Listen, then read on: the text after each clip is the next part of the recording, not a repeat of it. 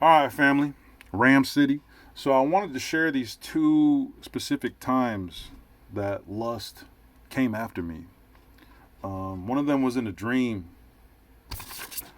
One of them was in a dream, and also the other. I don't want to say it was a vision or anything, but it was a story that like I played in my mind, or maybe the Lord just showed it to me in a vision. I guess at that moment. But let's go into the dream. I had this dream, and I'm not trying to say I'm special because I had a dream or anything, but I just remembered that because my spirit was so aligned with the Lord, that even the enemy, as he came to me in my dream, trying to get to seduce me, like Joseph was seduced. I don't know if you guys know Joseph's story. Joseph's story was that he was basically, I don't want to go into the whole entire story. That's a really long video right there, but Joseph was basically tempted by this woman who said, "Come sleep with me." And he was like, "I'm not sleeping with you, crazy. You crazy heifer." And she was like, "Come sleep with me, come sleep with me." Every day she would do this to him, "Come sleep with me." And it said that, and he put it into his heart that he would not do this thing. And what he ended up saying was, "I'm not sinning against God," basically is what he said. Like, you have to understand that, like, when you sin against God, you're sinning against your body. Like, your body, your temple is where God is housed. And if you are letting the flesh rule over the spirit, see, the Bible specifically says that the flesh and the spirit are always at war. They're always waging war against each other, because the spirit wants to pray, but the mind is unwilling. The spirit is capable, but the flesh is weak. Mind doesn't want to do it. Mind wants to go smoke weed. The mind wants to go drink beer. The mind wants to go get some ladies or some dudes. Whatever it is, that is your struggle or your vice. Because I know I'm aiming this towards men and women, but you know what?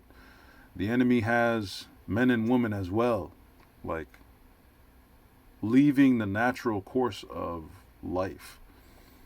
And the enemy will do everything. He'll do everything. And he does it all by putting everything upside down that God does. But so in this dream, though, what ended up happening was I was on this really powerful walk, and I still am on a powerful walk. But at that time, like, I've had I've had times where angels will come up. Angels, I guess that's what you could call them. These fallen angels, these people in your dreams that are very powerful, that know your weakness. They'll come up to you in your dream, for instance, like this one angel, or this one, I want to call it a fallen angel, but like this one demon is what it was. But demons are fallen angels. But anyway, so this demon was trying to get me to sleep with her, and she was trying to basically push herself on me. And the crazy thing is, though, is that I literally said to her, like, I was like, I remember like how powerfully close I was to God, that like my first response to her was, "Do you know Jesus Christ?" Like, and I remember as soon as I said, "Do you know Jesus Christ?" her face got so terrified. Like, I don't know if you've ever seen a scared horror person, like a I don't want to say Halloween because I ain't about that life anymore. Like, I'm not about Halloween at all. But like, have you ever seen a zombie that got scared in essence? And so what I'm trying to say, though, is that in my dream, as I start to talk to this demon trying to get me to be a hussy with her, the Spirit of the Lord helped me by reminding me that, like, we're Christians, like we are, and I say we because me and the Lord, like the Lord that's housed in me, especially, we are Christians up in Him. In my house, as for me and my house, we shall worship the Lord. So what ended up happening was this demon, like, because the crazy thing is that she was a beautiful woman at first, beautiful woman, incredibly beautiful. And as I said, "Do you know Jesus Christ?" it turned into like a horrific looking zombie, but with black eyes and skin that was pale, almost blue. and her hair was like dark. It was almost like as if it was red, like, you know, violet in a sense, but red, like brighter than violet, but red. And that's not like who I like or anything, but I'm just saying that's what I saw in the spirit, because this was my dream. And you're in your dreams, man, that's like the most spiritual person that you are. Like, you are so vulnerable, but you are yourself times a million in your dreams. Man, if you punch somebody, that person goes far, or they don't. So it's like either 10 times or 10 divided by times, I guess. But what I'm trying to get at is that in this dream, this spirit or this demon was trying to get me. And as I called out to the Lord, more so asking her if she knows about him, she clammed up, straight up, just her eyes open, her mouth open. And when her mouth opened, I saw these teeth like from every angle, almost like, I don't even know how to describe it, like an animal that has teeth on every single angle in a circle, like teeth here, teeth there, teeth, like teeth all joining at the middle. And she was about to do something to me. And yeah, man, I don't know how else to describe it, man. That demon basically fled. And I woke up from my dream and I was thinking to myself, like, man, I really just had a dream where I just tried to preach the gospel to a demon. And I didn't know. I was actually saying in the video that I just recently posted that Hebrews 13:2 says, show hospitality to strangers, for some have entertained angels. And I think that that's wild that I literally was calling this demon an angel, because, man, these demons are angels, yo. Like, and I mean fallen angels. I ain't talking about like good angels. No, I'm talking about bad angels. And she was trying to get me to fall. She was trying to get me to give her my power by me bowing down to her sexual lust. And it wasn't happening, baby. It ain't happening today. You know why? Because do you know Jesus Christ? Because he don't like that. Thank God that, man, I have that story, because I never forgot that dream. And I'm not saying I'm special because I had this dream or anything, but like, man, the Lord sometimes really is like testing your heart when he lets these things happen to you. Like, who are you going to be when no one's looking? Because when you're in your dream, it's like you don't really know what's going on. You feel like it's real life, but it's like no one can see you, if that makes sense.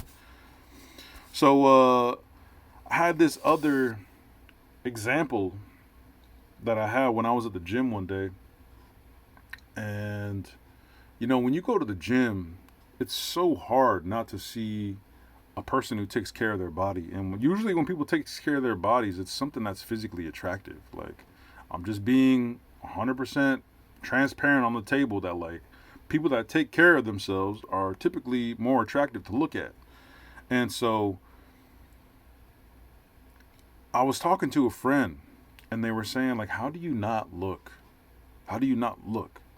And I remember thinking to myself, like, you know, like, I remember a time in my life when it was so easy not to look. But I feel like when you are even higher on your spiritual walk, and I'm not saying I'm better than anybody or even better than myself, man, because I remember some times when I was a straight up soldier, nobody could run me over.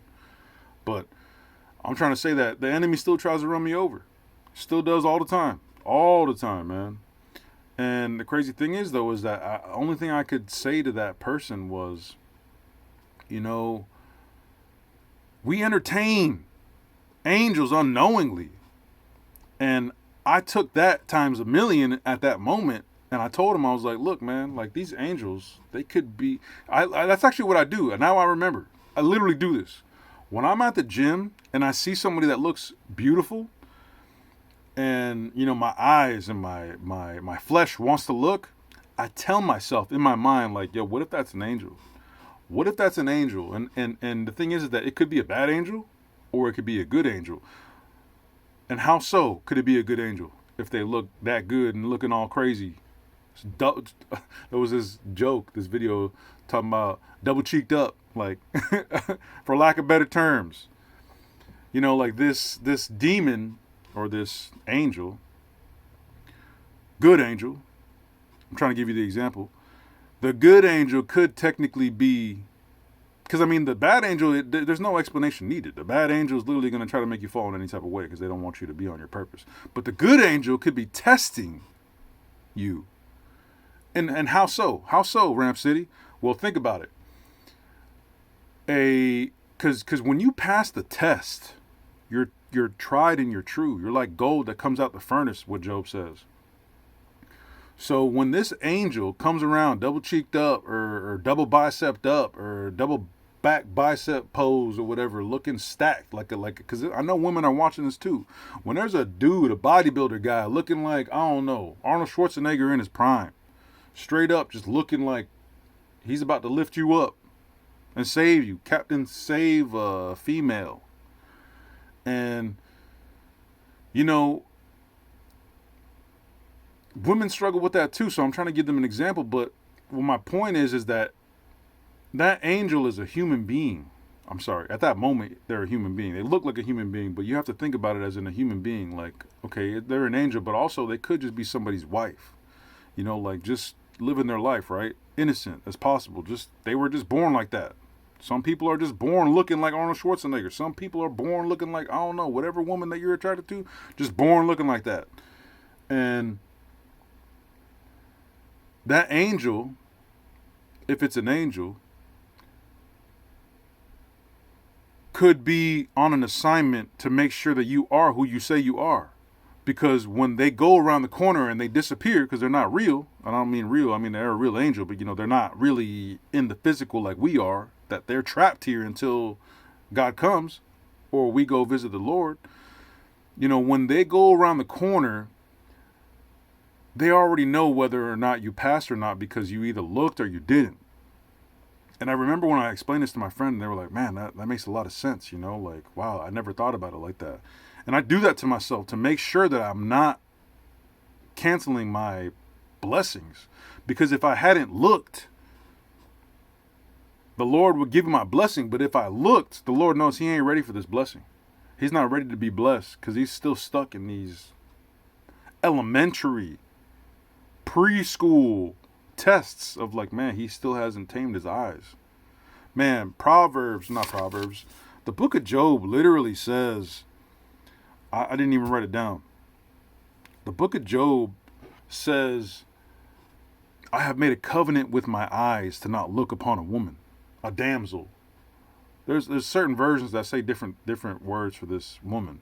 But that like you have to make a covenant with your eyes because your eyes, like the Bible says, if you have one eye that, sins against you, pluck it out. So it's like, that's what I'm trying to do when I give this example of this good angel who's trying to make sure that we pass the test. Because the angel is on our side. The angel doesn't want us to look. Arnold Schwarzenegger angel doesn't want you to look at the double back bicep pose. The good angel doesn't want you to see her double cheeked up in the front and in the back. Like, no, the angel is just trying to accomplish an assignment. And hopefully they can give you the cash that you're looking for. And I don't mean cash like money. I mean cash like cashing in on that glory that is coming down from you from heaven.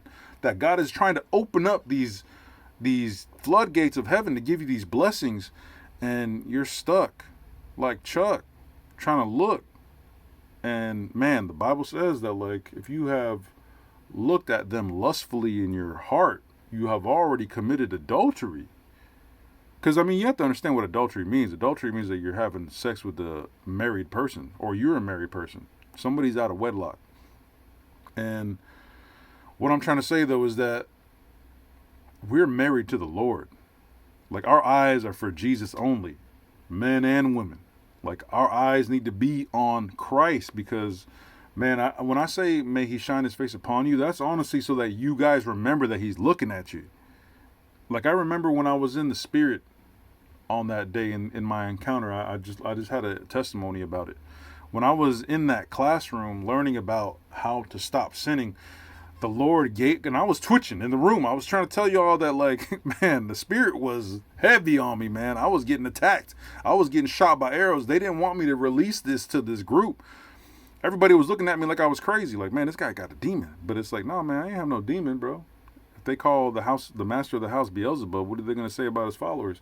But as I was getting hurt in the spirit realm, I remember God telling me, like, just keep my face, like, there, and you will never sin against me. And I remember delivering that to the classroom, and I'm delivering it to you today. And I just want y'all to know, May the Lord bless you. May the Lord keep you. May he shine his face upon you. And may he be gracious to you all. I pray that that was everything that y'all need, that y'all can get out of me. Because, that dream and that angel experience that I could share with my friend, man, I pray that that blesses y'all. Because, honestly, I needed to be reminded about it, too. I'm telling you, I watch these videos. I feel like most of y'all don't understand that I'm not even trying to preach to anybody. I'm not like these YouTube people that are like, yeah, like, it's going to be a great day. It's like, man, I literally am preaching this to myself.